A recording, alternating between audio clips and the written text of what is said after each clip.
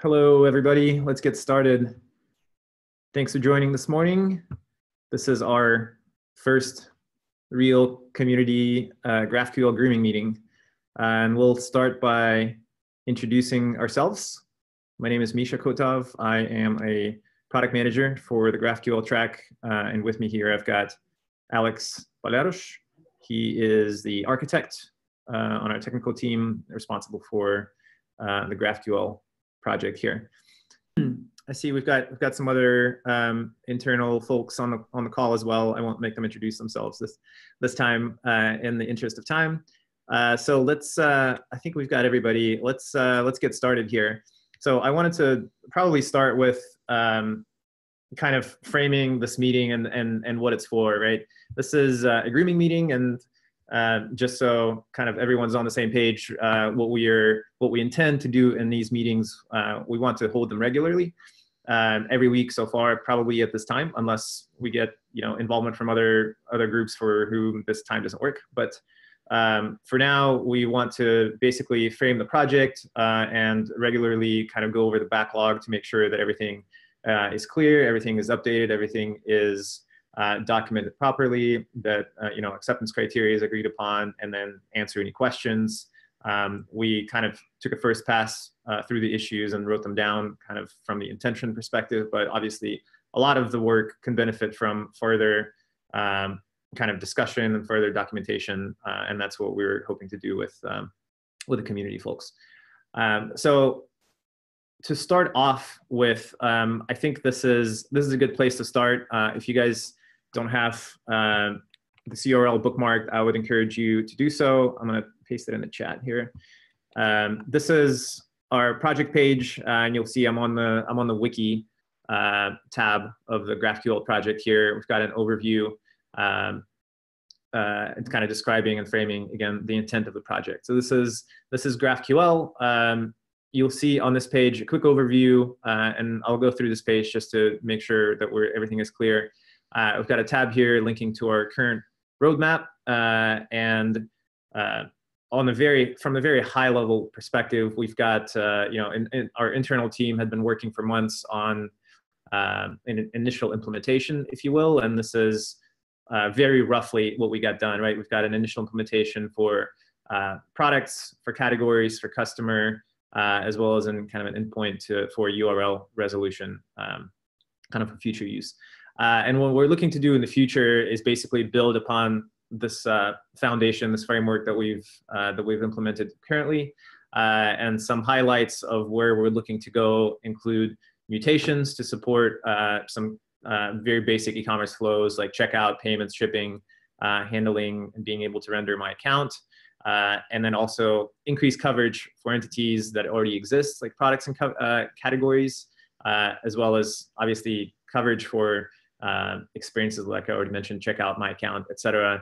We're looking to implement some improvements in the GraphQL framework, and then also there's some performance-related things there. For contact information, you're on the meeting, so you obviously made it. We have a Slack channel mentioned there. If you want to come participate with us in real time or offline besides this meeting, you're welcome to join. And we've got some kind of technical approach to implementation here that's documented as well. So I won't go over every single thing that's on this page, but the next thing that we wanted to probably look at is our current roadmap, right? Yeah, and also we'll have recordings listed at the bottom of the page, so if in the future you miss any meetings, you'll be able to go to this page and find all recordings. Yeah, one thing that I'll mention is we use this add-on called ZenHub, and you'll see an extra tab that I have up here. You can get a Chrome extension. I think I'm guessing they have extensions for other browsers as well, but it basically kind of provides a layer of additional functionality on top of GitHub issues. It allows us to view issues as boards and kind of facilitates an agile workflow. Then we'll show you guys in a second. So for now, let's look at what the roadmap page looks like. Like I mentioned, we consider phase 1 to be complete, and this goes into a little bit more detail of what we accomplished in that phase that was done internally before starting out with phase 2, which is what we're looking to kick off here today. So for phase 1, you can see under products, I'll go over this quickly. Obviously, this is a query that can be used to fetch data about products for use on building things on the front end, right? So the things that we support are all product types.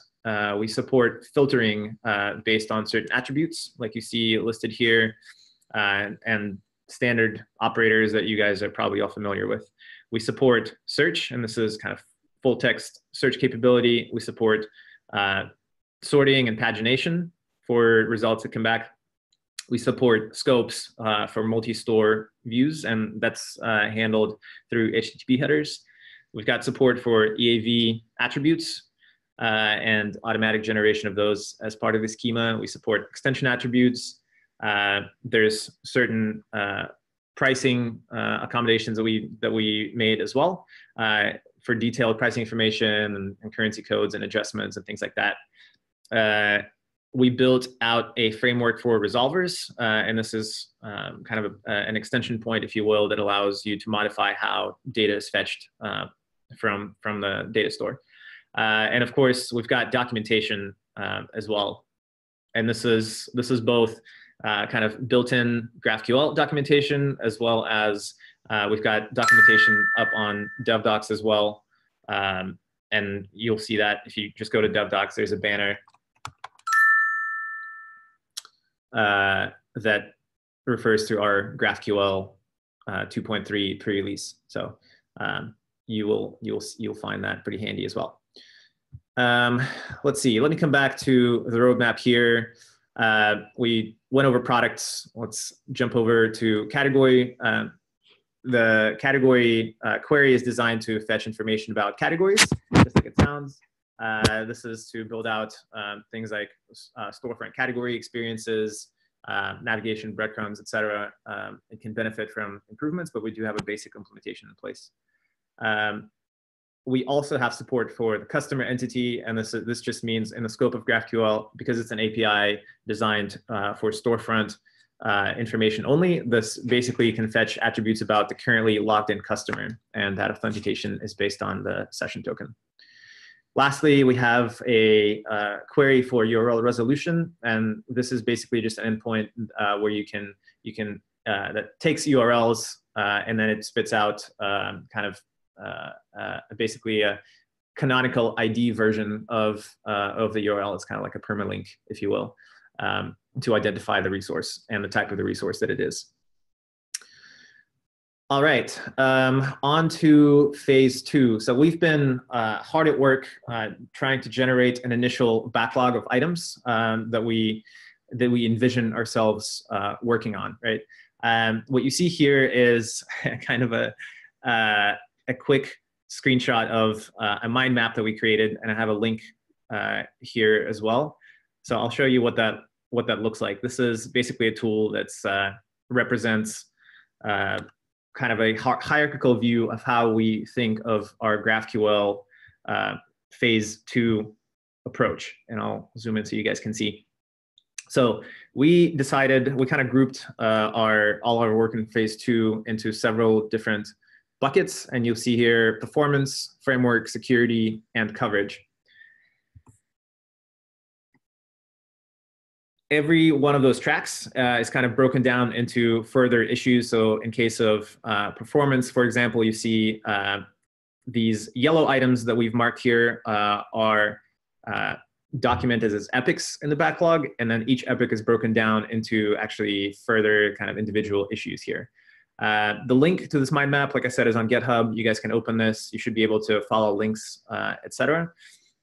Each one of these guys is documented as an issue, and it'll show up on the board as being able to be picked up and worked on. There's a little bit of kind of demarcation here. We try to go through and mark these tracks as intended to be worked on by community, and this is kind of this little community sign here, as well as some of these things we see ourselves working on as well internally, and those are marked with a little lock sign, though. I feel like everything is, nothing is set in stone and things are kind of fluid. So if there's interest in some of these things, we're definitely down to collaborate and discuss and enable our community to work on things that they want to work on. Did I miss anything on at this point? Maybe we can just go over items and show overview from here, because this is pretty convenient view. And yeah, and this page should be available publicly to anyone for read-only access. And also Zen Hub, I believe, will require registration, but I believe it's worth it, because then you will get access to the board, which we'll show you later. Yeah, so we definitely want to dive into most of these, or at least do a quick overview of what's in the backlog. Before I do that, I do want to show you guys probably the Zen Hub board, where we've got these issues documented. And actually, you can enter the items themselves from the mind map. Like I said, everything is kind of linked back and forth, so you can kind of jump between issues. Let me finish going through this page, and we'll start on the issues list. So, like I said, we grouped this phase of work on GraphQL in several different tracks. One track is performance, and you can see kind of the major items that fall under each one of these, and these guys are going to be epics, like I already mentioned. So under performance, we've got caching work, we've got persistence layer work. Then for coverage is actually probably the biggest item here, and there's a lot of work to do. There's things like enabling checkout experience, right? Which includes mutations and payments and shipping and all kinds of things. So that's quite large. We've got enabling building out my account experience. And if you guys know, in my account, you have all kinds of different functionality available. And so we'll need to kind of build out GraphQL coverage to enable developers to build those things out. There's additional coverage for products, additional coverage for category, and then also CMS.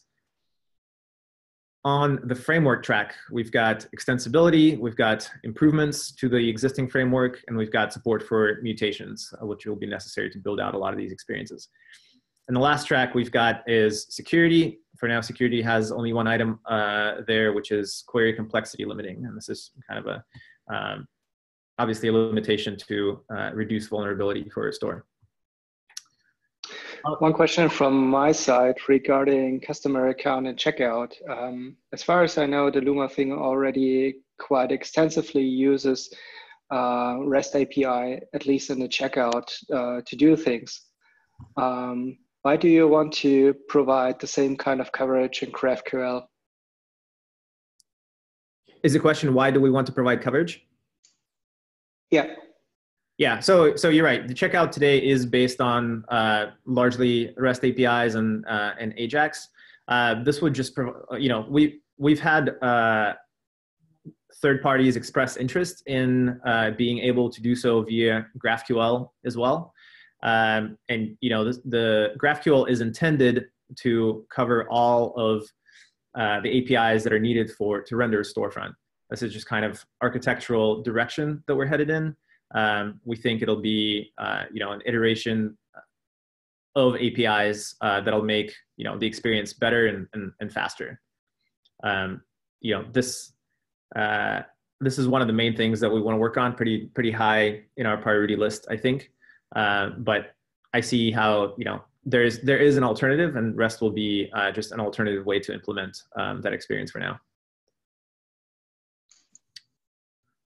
So the next thing I wanted to do is show you guys this, the Zen Hub board, like I mentioned. So this is again enabled by the Chrome add-on. You can see I've got a little blue Z over here in the corner. So this is what the swim lanes look like, right? Here's the very leftmost lane is just a backlog of new issues, it says. Basically, most of these will need a little bit of grooming, meaning adding of details of technical approach, kind of business use cases level, like another level of detail, just so everybody's on the same page. The next lane is backlog. These are issues that we consider it's more or less known what we need to do. And so these are issues that community can pick from and pick up as long as you don't pick one that's already in progress. If you pick one up, please label it as such and move it to the lane if necessary. Next lane is investigation. This is just things that are kind of in progress, but are either require a spike or just some additional work to figure out how to approach an issue.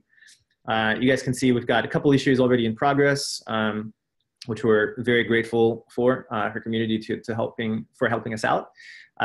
Review QA, and then merging in progress. Actually, there's a couple more over here, and obviously issues that are done or just closed already. One thing that I'll say is that ZenHub has a little quirk here that makes not only issues show up here, but also pull requests. So we kind of filtered those out through this little preference right here. We filtered out the pull requests to make the board a little cleaner. If you don't have the ZenHub add-on for now, like I said, it makes working in GitHub very convenient as far as kind of this agile approach to software development. All these issues that are on this board are created as issues in the backlog. So you'll see, this is just another view of the same kind of work. So all the epics and all these stories are created in here. You'll see there's 3 pages in here currently with different types of labels that we've created. Epics are marked as epics, and then kind of the functional area that they fall into. If a story is not marked as an epic, it's just a story. We went through and kind of took a first pass at sizing for these things. And you'll see a few of these are marked as a good first issue. These are generally tend to be, smaller tasks that are good for people who are looking to kind of get into GraphQL and get to know how to work with the framework, et cetera. Anything else to add here? Probably we can get back to mind map and look at the areas in details. Yep. Okay, let's do that. So I'm going to navigate back to the wiki and to our little mind map here. So I'm going to scroll down to phase 2 and open the mind map. Let's see. What do we want to start with? Coverage. Let's start with coverage here. So we will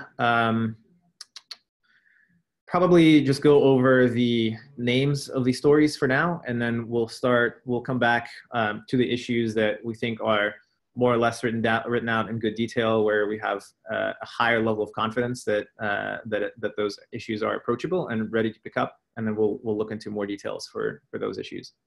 So. Okay, so to the mind map, we are going to navigate into the coverage track, and then the first epic that we have here is enabling checkout effectively. So you'll see this one is broken down into a couple of different areas. We've got issues for handling payments, handling shipping within checkout, and then cart operations deserves kind of its own epic because there's a bunch of things in here. We try to make the stories granular so that they're not super time consuming for anybody to pick up, so that it's kind of smaller, more digestible, more manageable chunks. So within cart operations, you can see we categorize these into queries and mutations. Queries are basically just fetching data, and mutations are the create, update, and delete operations. So for queries, we've got fetching shopping carts for registered shoppers, and then guest shoppers, because those are implementation details are a little bit different there. For mutations, we've got managing gift cards on carts. We've got the placing of the order. We've got manage the shipping and billing addresses on the cart. We've got managing coupons. And then managing the cart items, the products within the cart themselves. Moving on here to the next epic, this is my account. And a lot of these stories, the intention here is to provide enough API coverage so that a developer could technically build out the front end for my account experience. So similarly, we've got this grouped into queries and mutations. For queries, we've got fetching my orders to be able to render the my orders tab of my account. So this is just all previous order history for a customer. and relevant data. We've got my downloadable products, my wish lists, gift registry, my invitations, fetching newsletter subscriptions, product reviews, reward points, billing agreements, store credit, and then stored payment methods as well. So for mutations, we've got kind of analogous issues here that for some of these experiences that require not only reading data, but also modifying of data. So things like managing the address book, managing your newsletter subscription preferences, changing account information like name and email address, et cetera, changing passwords for customers, managing your wish list, managing the stored payment methods, which for now, I think out of the box, we just allow, depending on which payment method you have, but for things like Braintree, we have just deleting cards for now. And let's see, managing your gift cards. There's functions for things like checking the status and the balance for gift cards. All right, so that was my account. The next epic that we've got here is enhanced coverage for products within the catalog. So we've got kind of a bucket of items here that have to do with pricing. Here's an item for itemized WE tax. And then we've got a few bugs listed here, some of which are limiting list of filterable product fields, and then hiding attributes, product attributes that are not intended to be shown on storefront. I think actually Bjorn, you sent feedback about at least some of these things. And then for additional coverage here, we've got returning a full canonical product URL within the product object. We've got returning the available sort options for product listings, returning product stock data, and then returning resized image paths for products. Moving on here, we've got some issues that have to do with the URL resolver. So we've got an issue to fix the query to support relative paths. We've got support for absolute paths as well. And then just a simple rename operation because of basically a mistake that we made in naming it originally.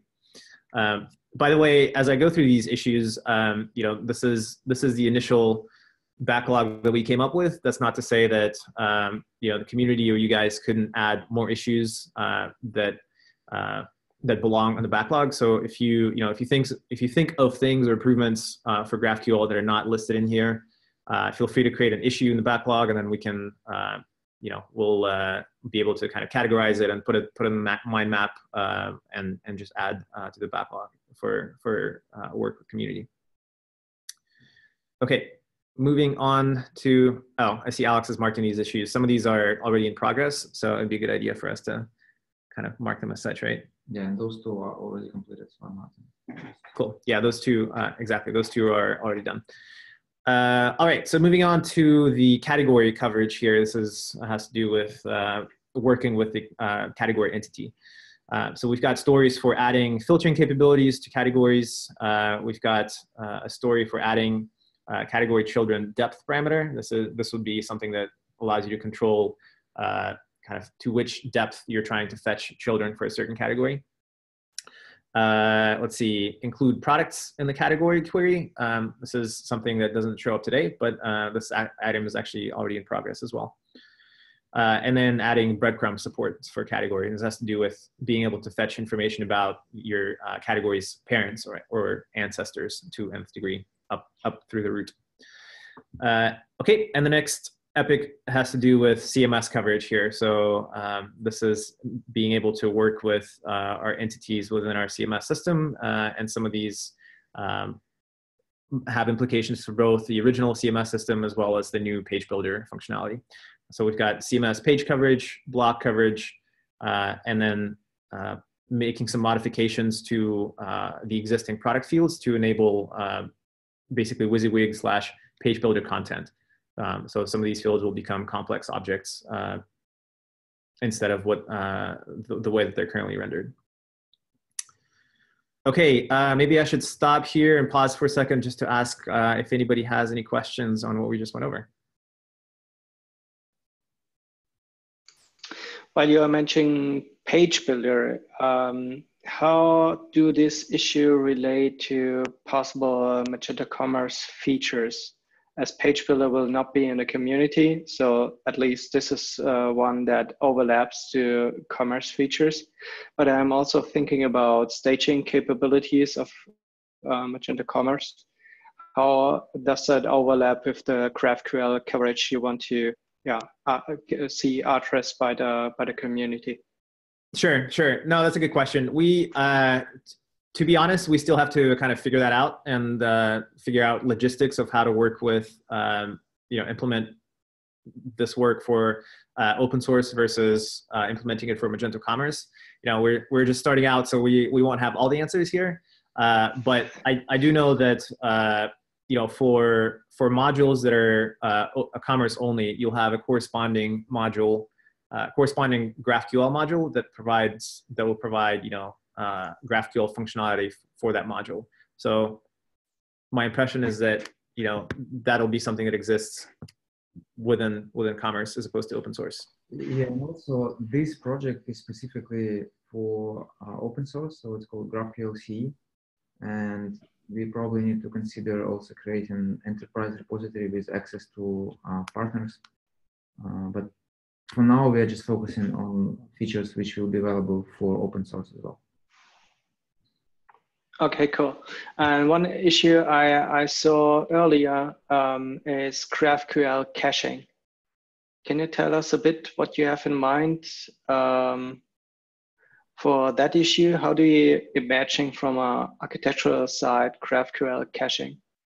Yeah, so there are two parts. One is, for now, we anticipate is just documentation on how third-party developers can integrate with third-party tools like a Power Client, for example, and how they can implement client-side caching. And so this is what we anticipate is just documentation. And server-side, we for now plan to implement something similar to page cache that we have for storefront, and that should be able to improve performance of all query requests that we have. Okay, but page cache has two options, caching on a PHP side, which is not recommended for production, and caching in Varnish. However, GraphQL will be always a post request, which by default is not cacheable in Varnish. So there are options in Varnish to actually provide caching based on the body, but it's not a default and requires, I think, some additional vmods. How do you think that could work? Do you have an idea for that? So we are still going to investigate that, but at least we okay. will cache, and that will improve performance of requests anyway. Like even if we cannot implement Varnish support in the future, we will still have built-in cache. I think Varnish would make a lot of sense, because if you imagine, so today you are caching, let's say, a category page which has all the products. If you now take out, when we think about PWA frontend or something like that, if you remove the caching of that page, every visitor would hit the backend just to retrieve the ordinary products that are viewed on the default category page, right? And so if you don't cache that, then everyone will hit the backend, which just make everything impossible to handle.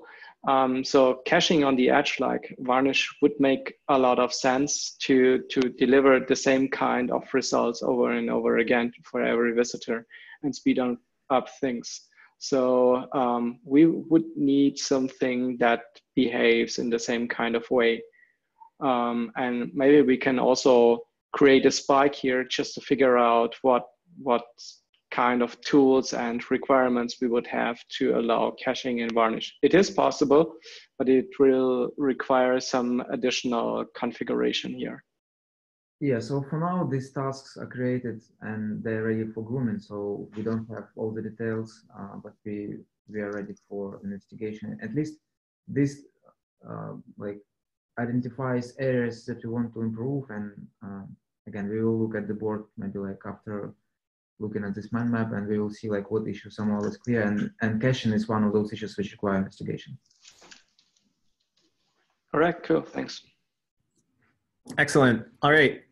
So that was some discussion on this caching epic. In we can add details as we go. Like we said, a lot of these will require more investigation and discussion, and which we're happy to do. And then we'll add those details to the stories as we go. So to continue going through our little mind map here. The other side of performance that we have written down is the persistence layer. Persistence layer is effectively a kind of flexible and performant data retrieval layer, which we attempted to implement this for the initial release of GraphQL, but we didn't quite get there. We ran out of runway. So there's remnants of that work still in the code. So some of these things need to be basically filled out, and some of them potentially need to be refactored from the original effort. So this we don't consider probably as an issue that will get picked up right away, but maybe farther down the line, if we get some, if we work up some expertise and some critical mass with the community, we might be able to tackle this. But we imagine this will be kind of a bigger amount of work. Okay, so let's move on to the framework track here. For framework, we've got at the top is an epic for extensibility. So this is just thinking through and working on how we can improve GraphQL extensibility in general. There's an epic for decoupling from Webonics. Webonics is a library that we currently use kind of as a base or foundation for a lot of the capabilities that we have, but we think that decoupling from it is probably going to be a good idea for future-proofing our implementation.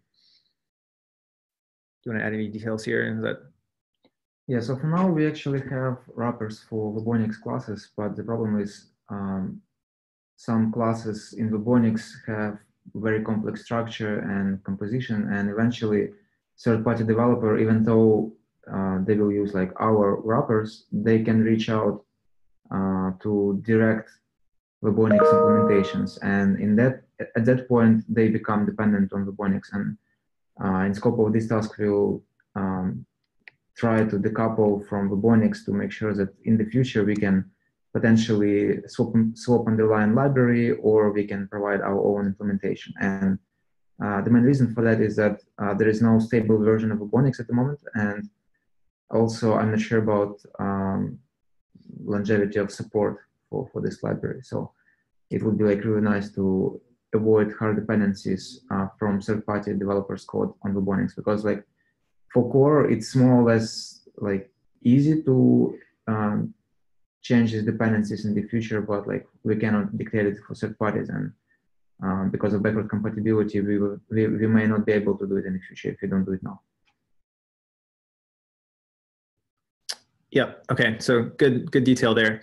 Moving on to framework, the next item we've got here is mutations. So this is just being able to create, update, delete entities or information about those entities via GraphQL. So the couple stories that I've got there for now is just one is for prototype or a POC to see how it might work in our current framework, and then the actual full-fledged implementation of that functionality. And the last epic we've got here is framework improvements. Let's see, we've got some ideas on partial automation of how the docs are generated. We've got alphabetizing schema fields just so it's easier to find what you're looking for at a glance. And I believe that one is also in progress currently. And then some basically filling out documentation that we have for our test framework. And we've got some documentation online currently about our web API functional test, et cetera. So we just need to kind of fill that out around what it means for GraphQL as well. All right, and the last but not least track that we've got written down here is security. There's some things that we want to do internally to make sure that we're doing due diligence with our internal resources, and we want to have an audit to have them go through and just see if they can, find any glaring vulnerabilities or anything like that. So this is just kind of for transparency and visibility. We've got this item on here, but it's mainly intended for our internal team. And then implementing this query complexity limiting. This is an item that's more fit for kind of to be worked on by someone in community. And this is obviously the intent here is to limit someone issuing extremely complex queries that can potentially bring down a server or something like that. So we want to definitely avoid that. Okay, so that completes our swift tour of the mind map format of the backlog. Let's see, any other questions that anyone wants to ask about anything that we've just seen?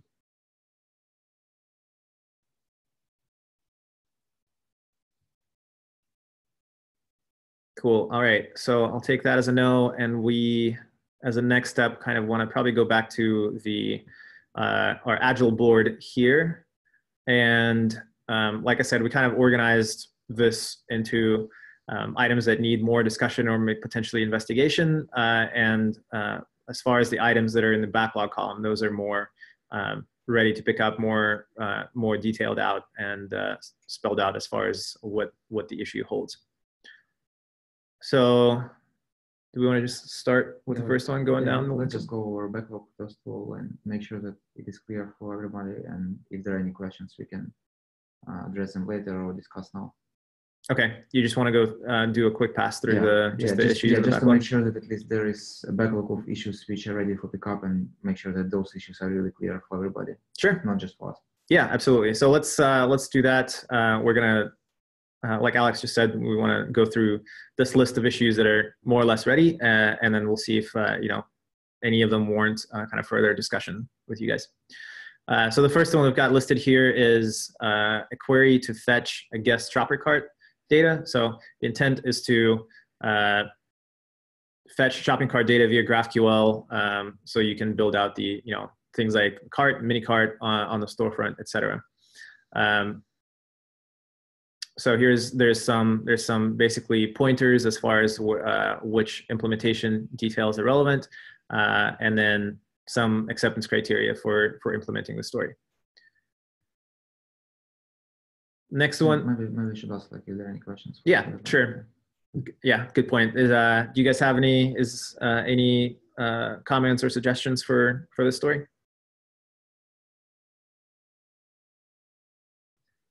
Yeah, and just to mention, we expect to reuse existing service contracts here. So, and in references, you can see links to those service contracts, which I believe we should use for this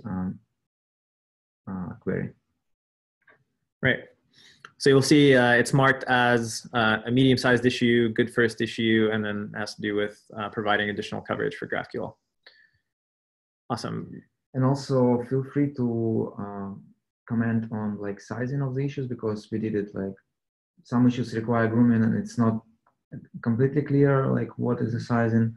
And here, like what is small is probably something that can be done in 1 day. And medium is something that can be done like in a couple of days, maybe like 3 days. And also it accounts for complexity sometimes. And large issues, which will probably require like at least a week of implementation for one developer. Yeah, the bigger ones will probably, if necessary, we're obviously willing to do one-off kind of grooming sessions, or providing details as much as we can, and providing any sort of level of support for implementation. Okay, next one here has to do with adding breadcrumbs support. So it's phrased currently as Magento developer, I want access to the parents and ancestors of the category object so that I can build breadcrumbs on the product page with the one GraphQL request. So there's a couple things here. Currently, the category does provide access to a field. I forget what it's called. It's basically path to root, but it just provides IDs of those parents on the way to the category root number. But the idea here is to kind of provide folded in like full hydrated objects of those parents if if the client decides to query those objects. And so if I fetch a category by ID, I should be able to, as one of the data fields, have access to the parents and information on that object, and then its parents, et cetera. It can probably be just implemented as a flat list of categories. Parents can just be an array of those category objects, because we do have a field that accounts for the level of depth of each category. So you can use that to figure out, if it's an immediate parent, or twice removed or 3 times removed, et cetera.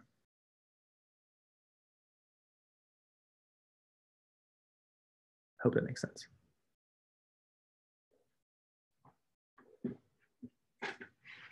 Okay, I'll take that as no questions on this one. Let's see, the next one also has to do with categories.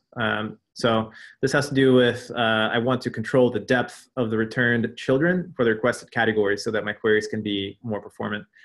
So this has to do with, by default, currently when you fetch a category, I think we return all children, regardless of how deeply they're nested within the currently fetched category.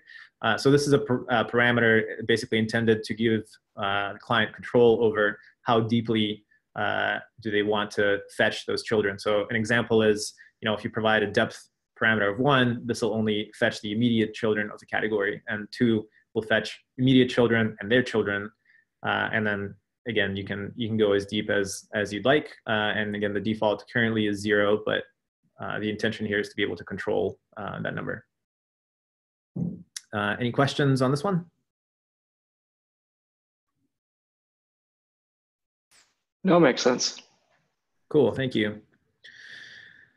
All right, next one has to do with products and stock information.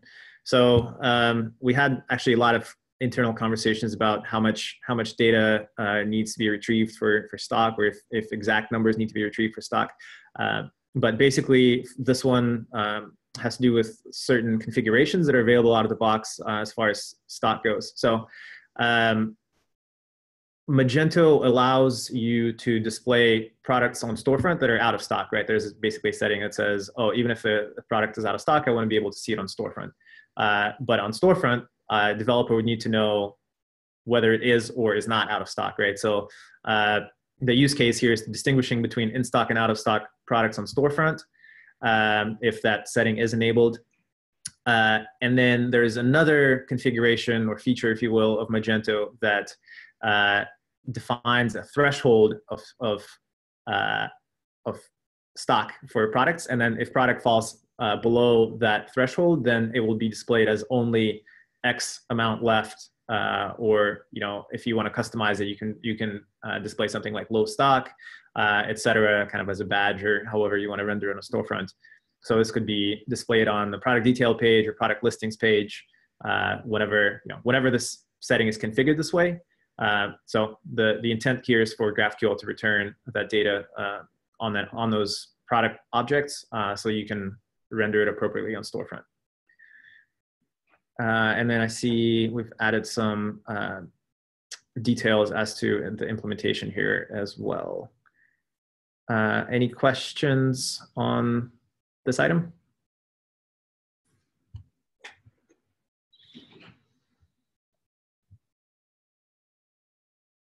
All right, golden silence. Let's see, return product stock. So the next one we've got here is some documentation on test framework. This is, as a developer, I need complete documentation of GraphQL test framework so I can learn it and then I can use it in my development. Here's a link to basically analogous documentation for our Web API functional test framework.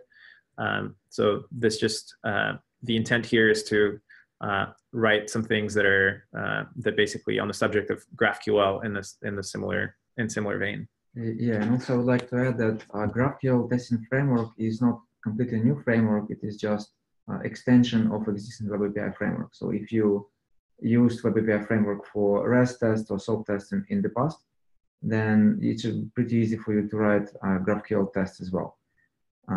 We just have a way to to basically make requests in format of GraphQL. You just have a string as regular GraphQL request, like you would do in graphical, for example. And response is automatically parsed, and you have access to response as an array, so you can assert on response fields. So I'm not sure like it will be a completely separate documentation. Most likely it will be just an extension of existing page, but this can be discussed with our documentation team, like where to put this. So I would assume that as part of this documentation, we need to get some examples from existing tests and just briefly describe what is the difference from existing REST tests. Cool. Thanks for that. Thanks for that detail. Okay, moving on here. Let's see, URL resolver.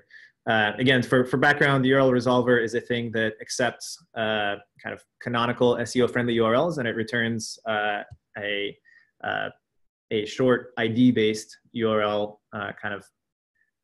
We don't want to call it canonical anymore because that word is reserved for something else. But basically, it returns currently a relative URL, and so the way that it works today is just a misnomer, basically. So the idea here is just to rename the currently returned canonical URL data member to relative URL, because that's more in line with what it actually is. So super. Go ahead. Is that the same like human readable URL or SEO URL? Yeah. So we realized that in our test we saw that C URL wasn't provided correctly.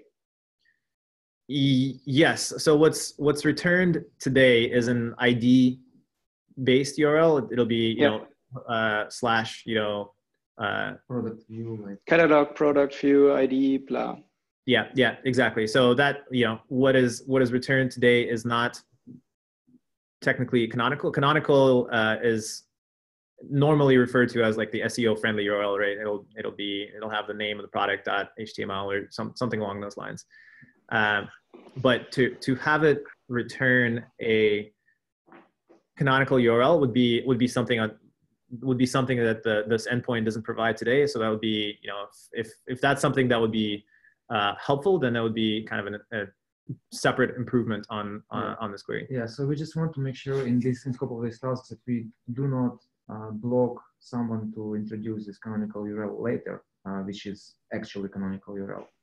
Because looks like it was just named not properly. And by the way, we have already accepted community pull request for like real SEO-friendly canonical URL for products. So you can request it for product records. Right. Yeah. Like Alex said, we just merged the PR recently that provides now a canonical URL on the product object. All right, cool. And the problem with URL, sorry if I jump in again. Sure. You can add, as far as I know, category paths to the product URL, right?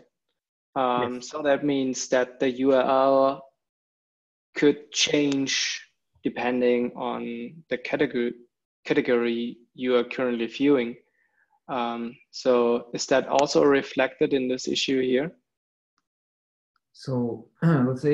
Do you think the SEO friendly URL will just ignore the current category?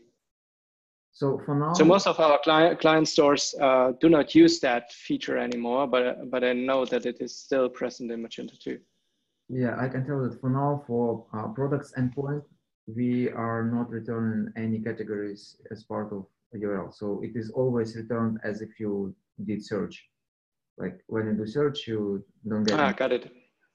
And basically all those URLs with category in the past are just alternative URL rewrites, basically. Yes, they are. But if you think about,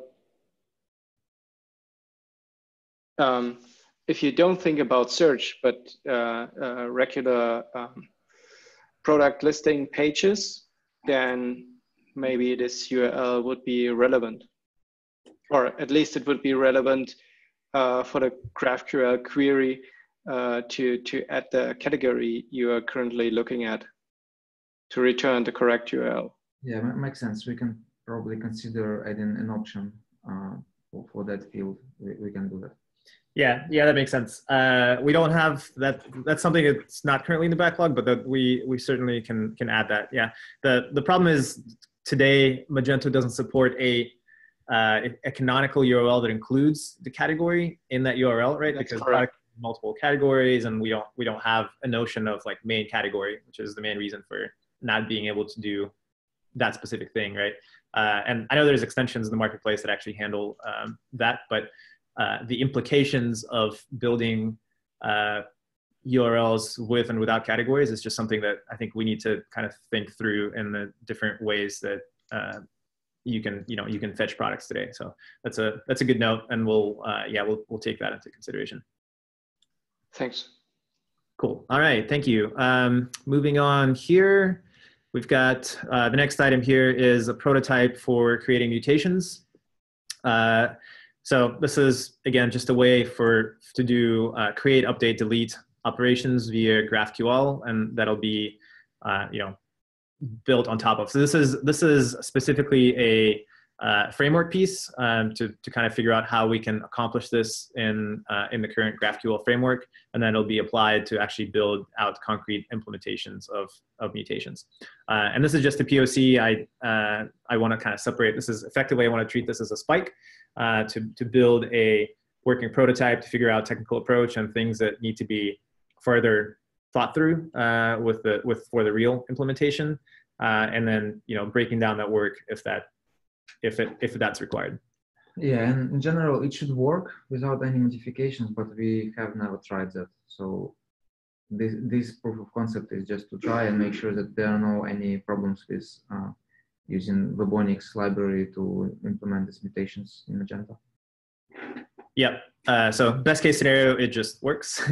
Worst case scenario is that it probably requires lots of work. So this is kind of an investigation task here.